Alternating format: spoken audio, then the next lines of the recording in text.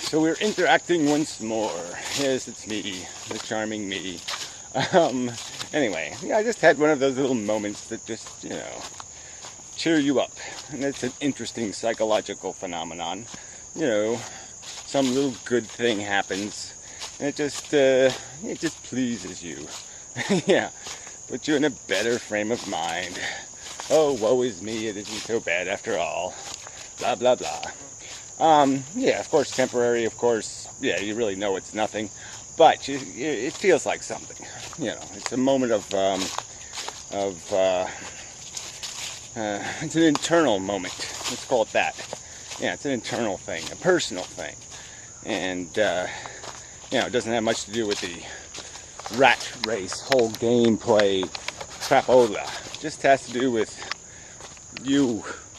Yeah, how you feel about your place, and yes, just hard to explain. Well, anyways, to the point. Oh, damn, my shoe untied. On top of other problems. So anyway, this is it. The point. Where'd it go? Wooden thing. Yeah, decky. The wooden thing. Wooden. Yes, made out of wood. Yeah, really nice.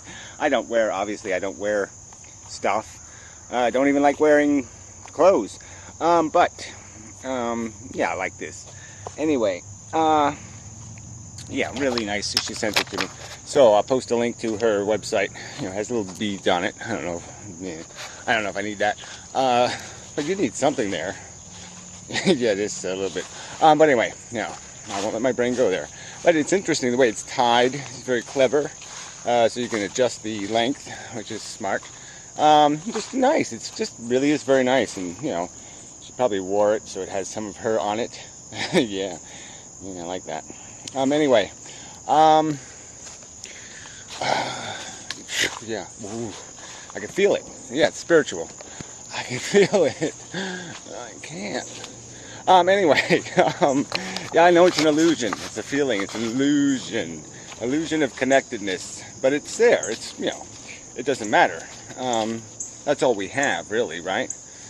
We're connected to people through our imagination of them most of the time. Most of the time, we're not with them. So anyway, so yeah, really nice. So I thought I'd have a contest. Oh, yeah, I know. Well, I'll buy one of these for somebody from Decky, but you should get one. Wilderness something or other website. I'll post a link to her video. You should be able to get there from there. And what was I going to say? Oh yeah, contest. Yeah, I really shouldn't have the right to say that word because I still haven't sent Ujima Flipper's prize.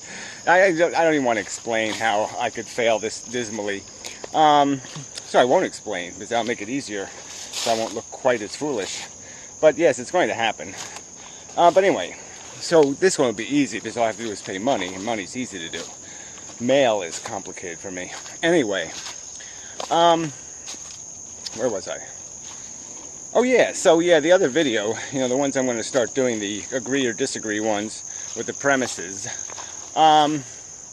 Yeah, I forgot to tell people to maybe suggest premises, like basic facts of life kind of things that you can cut down to 5 or 6 or 7 or 8, 10 sentences, that kind of thing. Simple, but not too simple. Simple's good. If you can do it. There's no God. It's probably not saying enough. You probably have to say something like no intelligence or something like that. But anyway, so whoever writes the best one, let's just say. And maybe we'll just let the thumbs up or downer thing, I don't know. Well, I'll decide in the end by I'll pull a rabbit out of the hat kind of thing. And whatever one the rabbit looks at, I'll choose. But anyway, that's the contest. So, premises. Things that logic is based on. The little facts of life. So some fact of life, really established fact of life. Really hard to argue with truth, fundamental truth of our existence, that kind of stuff. Something about evolution or something about, futility. That there's nobody, with a hangover on Mars. Simple stuff or complicated stuff, whatever. It doesn't matter. Now I've lost my train of thought. That's dangerous. Anyway, wood. Anyway, yeah, I know there was something I wanted to respond to. I just got to remember what the hell it was. Oh yeah, Jay Sounder guy. Yeah, so yeah, Decky sends me a little piece of a tree, and they're all into the wilderness and save the trees and all that kind of stuff. And yeah, I want to blow it all to hell, which is kind of ironic and funny, because yeah, I mean, I like tree huggers. I just think they're wrong. Yeah, and I have to blow them up. Sorry, but yes, I have to blow you up. You may hug your tree while I blow you up. So anyway, he made a video, just very direct, like, let's get to this end game thing, let's figure this out. And I don't see anything wrong with that. I mean, it's a little early yet, but there are strategies. And there probably are some kind of perfect technology solution. Some perfect little wedge where you just give it one little tap, and the whole tree splits in half kind of thing. And so the moon thing is an appealing one. Moon is damn big, it crashes into the earth. Big mess. I mean, you're talking lava everywhere. Everything, the whole atmosphere evaporates. Some people are speculating that that little bed bug microbe, well, whatever it is, microorganism, whatever, a cockroach, that little tiny hard case cockroach will survive. I say bullshit. It has its vulnerabilities too. I mean, I think the damn things will drown in a glass of water. So, yeah, maybe they can survive radiation, maybe they can survive an oven, but they can't survive a steam cooker, so everything has its vulnerabilities. So anyway, but the subject that got me thinking about was this whole regeneration thing. Because this is a recurring theme with people, like life will re-evolve. And, I just don't think people appreciate that this evolution thing is built on, I think, a whole lot of unlikely events. Not just one, not just two, but maybe a million. That this isn't the, creating sensitive organisms might not be the way the game really goes, and especially the intelligence thing. We know that's unusual. But if you look at these how life has evolved in different environments, it hasn't done very much in certain environments. I mean, you go to a hot spring and you'll find 500 million year old algae or something, but you won't find anything else. Why isn't anything else living in that stuff? Why isn't there a biosphere there? So you go to the vents inside the deep ocean. There's a microbe that has evolved to survive there. Very, a unique evolution, so to speak. But everything else is just a visitor. I mean, it's stuff that evolved somewhere else, just moved over there, and it's changed a little, become giant. But that's about it. But there's no chimpanzees or anything down there, that are breathing water. I mean, there's no super life form. There's nothing that unusual, I guess is what I'm saying. Then you look at the whole ocean. What has the ocean produced? I mean, what is the ocean equivalent? So don't count the mammals that went back to the sea. Just count the ocean itself. What evolved in the ocean? Let's say the whole planet Earth stayed an ocean. The highest form of life on planet Earth then would be what? A great white shark? I mean, what's the smartest fish in the ocean? What's a shrimp? A lobster? Well, I guess octopus, right? Octopuses are pretty smart. So there you go, a cephalopod, I think that's what they're called. Who doesn't have too many relatives of much merit. There's squid and what the hell else is there? That whatever it is. That funny little roundy shell thing that squirts around like a squid, except it has a shell. You don't got a whole lot of successful cephalopods or whatever. I mean, the rest are like cucumbers. That's what they call them. They're slugs. So anyway, yeah, there isn't exactly a gigantic success story there, is there? So the game really happened for the terrestrial creatures. So when the little shrimpers crawled up on land, the bugs and such, that's when the game was on.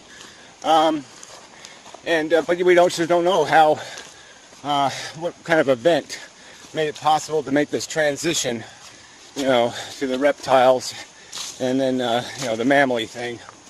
But it could have not happened at all. I mean, it might be a very unusual piece of evolution, because from the evidence, it might indicate that the fact that it doesn't really happen when you have a sterile environment or a separated environment.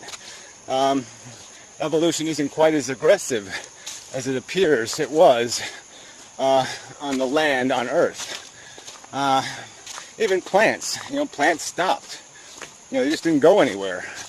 I mean, theoretically, you know, they could have become Venus flytraps gone further. I mean, they could have eaten each other and became more energetic, but still stayed plants. But they didn't. I mean, it didn't happen. We didn't evolve from plants. So that evolution stopped.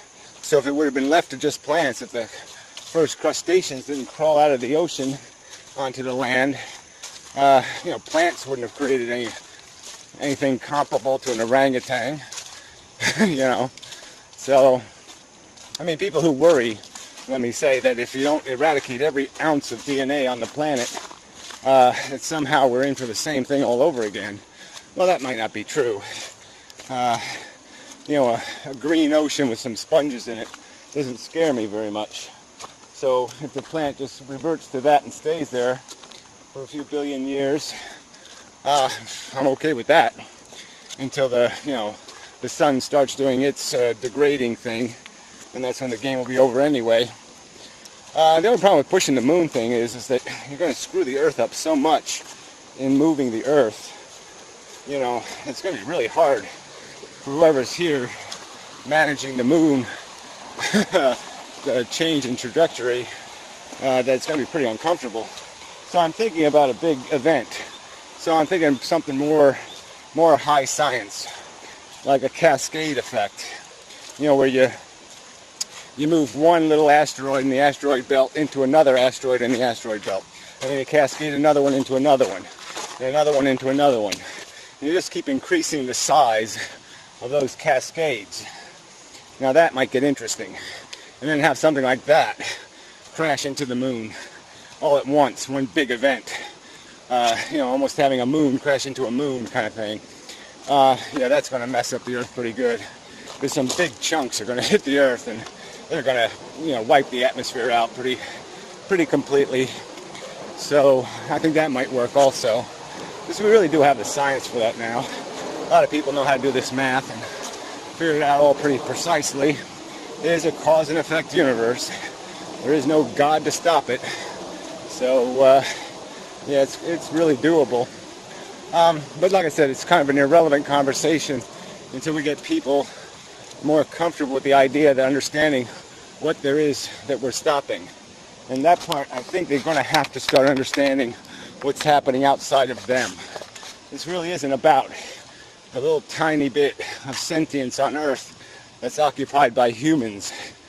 I mean, that's a big part of this, in the sense that humans have this more, I mean, communicative, especially, we can express our distaste, you know, our objections, our pain in such a clear way.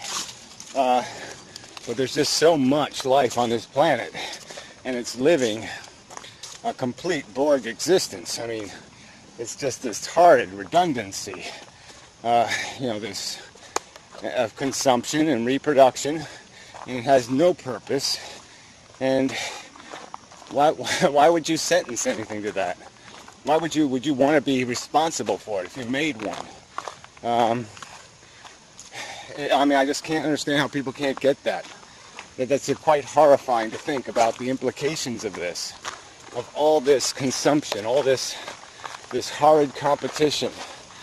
This is keeping the Colosseum alive. You want to defend life? You're defending the Colosseum. You're defending bullfights. You're defending dog fights. You're defending chicken fights. You're defending all this horrid, disgusting, insane waste. of suffering. And, you know, I just don't think most people could wear that suit. You know, I don't think most people are incapable of understanding that, you know, they wouldn't support those conventional, you know, popularly understood, pointless, sadistic tortures. Well, that's what nature's made of. It's all gladiators. It's all a silly fight to win nothing. To win nothing. There's no prize here.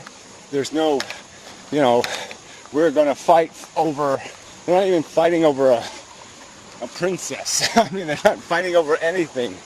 It's nothing. It's just a stupid declaration of I win and you lose.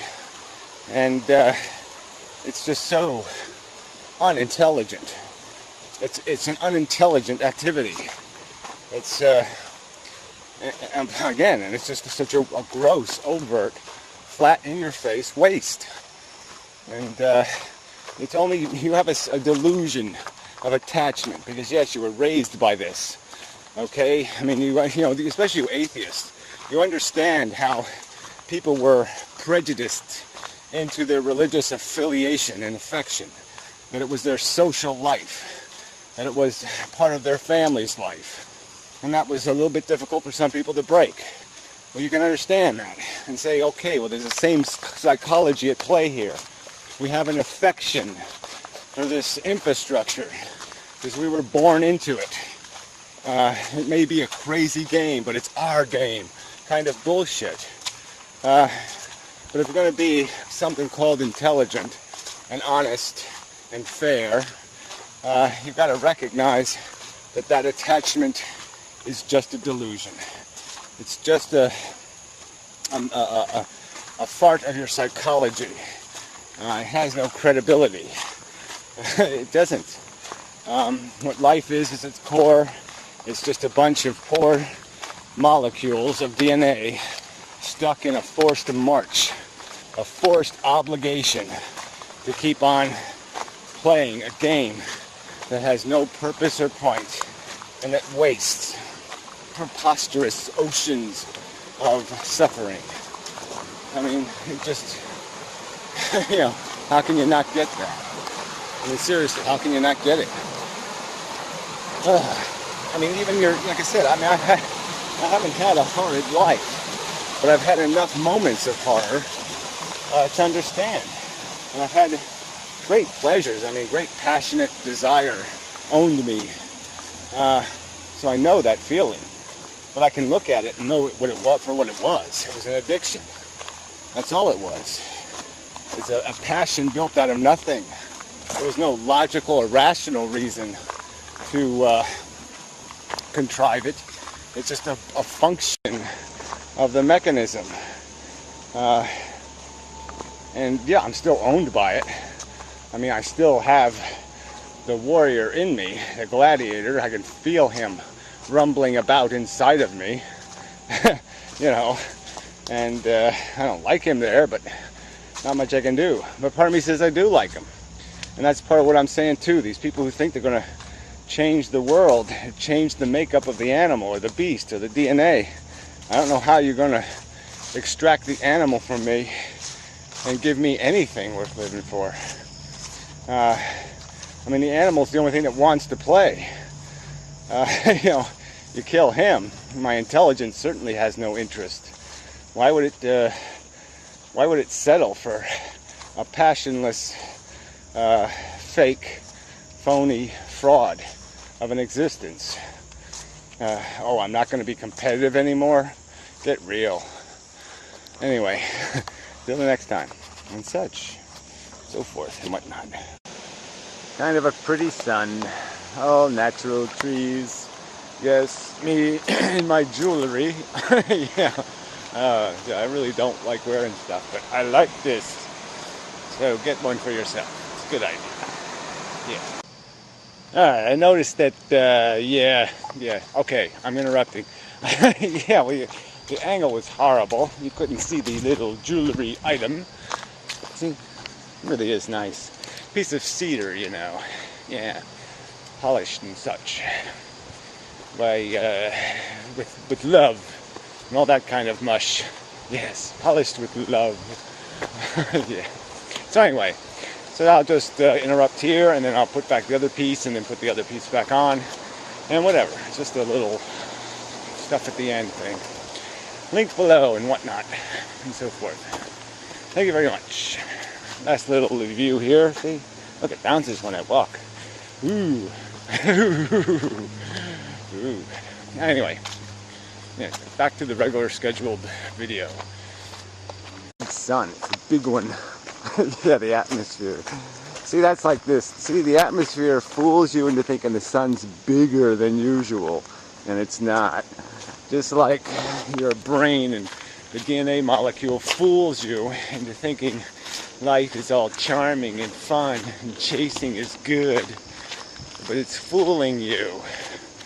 You're dense, like the atmosphere. You're dense, and you've refracted the truth into a pile of mush. Ooh, yeah, that was a good one. Got you out with that one. Should be a word for that. Clever witticisms. Oh, that's it. Maybe we should just call them clever witticisms. So anyway, pool's getting kind of cold, but it's okay. Yeah. I'll frown and bear it. Anyway, it's enough. Sorry. Just a little add-on and such. Ow. Yeah, listen. Anyway. Yeah. Okay, till next time. Lovely. Hardly lovely. Anyway. That's enough. I'm going now. Yep, a little leave you with a little bit of nature and such. La la la la la. Big tree in the stream over there. But anyway, until next time.